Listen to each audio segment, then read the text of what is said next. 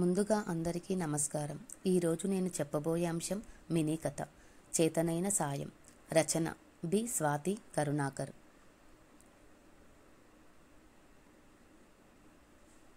మంగమ్మ ఒక పేదరాలు.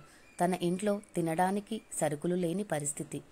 ఒకప్పుడు తన కుటుంబాన్ని అంతా తన భర్త మల్లయ్య పోషించేవాడు. కానీ తనకు పక్షవాతం వచ్చి మంచాన పడ్డాడు.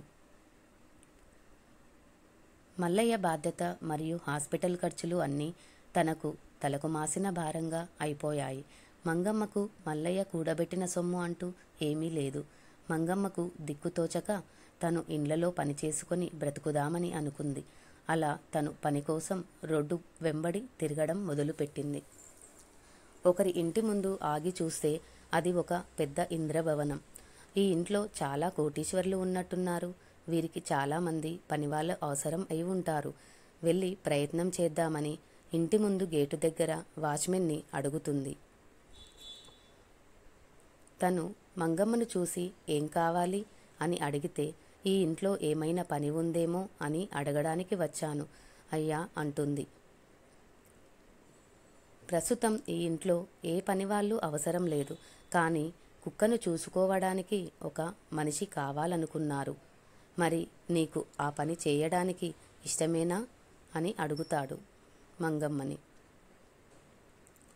ఆ మాటకి మంగమ్మ తనకి ఇల్లు గడవడమే కష్టంగా ఉన్న ఈ దుర్భర పరిస్థితుల్లో ఏ పనైనా సరే తన భర్తకు తనకు బుక్కెడు బువ్వ దొరికితే చాలు అని పనికి ఒప్పుకుంటుంది.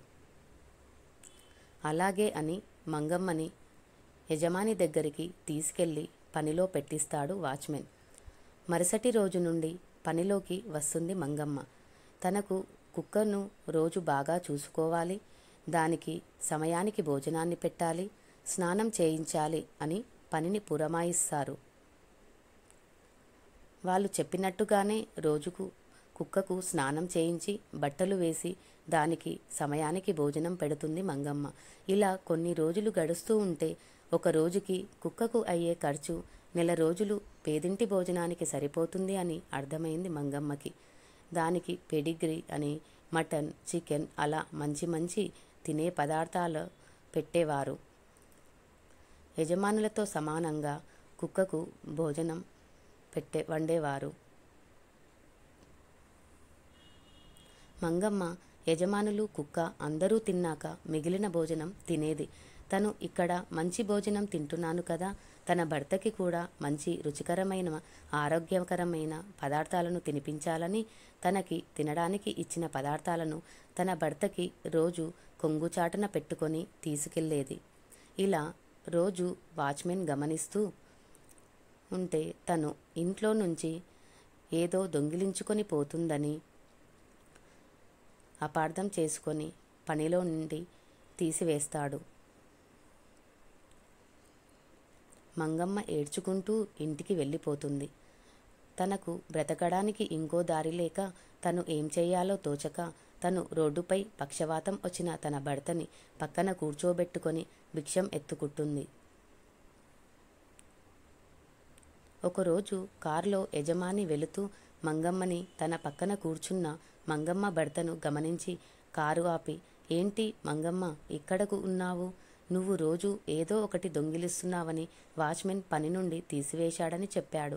నువ్వేంటి ఈ పరిస్థితిలో ఇలా ఉన్నావు అని ప్రశ్నించాడు.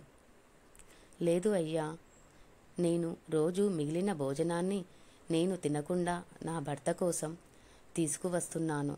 తప్పిస్తే నాకు ఎలాంటి దుర్బుద్ధి లేదు అని ఏడవసాగింది. అలాగే కారులో ఉన్న కుక్క విశ్వాసంతో మంగమ్మ పక్కన చేరి ఒళ్ళో కూర్చుంది. అప్పుడు యజమాని తనలో తాను ఇలా ఆలోచించుకున్నాడు. నా ఇంట్లో ఒక కుక్క తినే భోజనం ఇలా పేదలకు పంచిపెడితే ఎంతోమంది పేదల ఆకలి తీరుతుంది.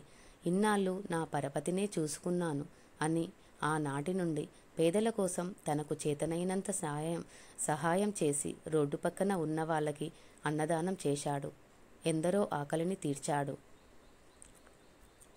ఈ కథలోని నీతి: మనిషి పెద్ద పెద్ద పోకడలకు పోకుండా తనకు ఉన్నంతలో చేతనైంత సాయం చేయాలి. ఏమంటారు? నేను వ్రాసిన ఈ కథ మీకు నచ్చిందని ఆశిస్తున్నాను. ధన్యవాదములు.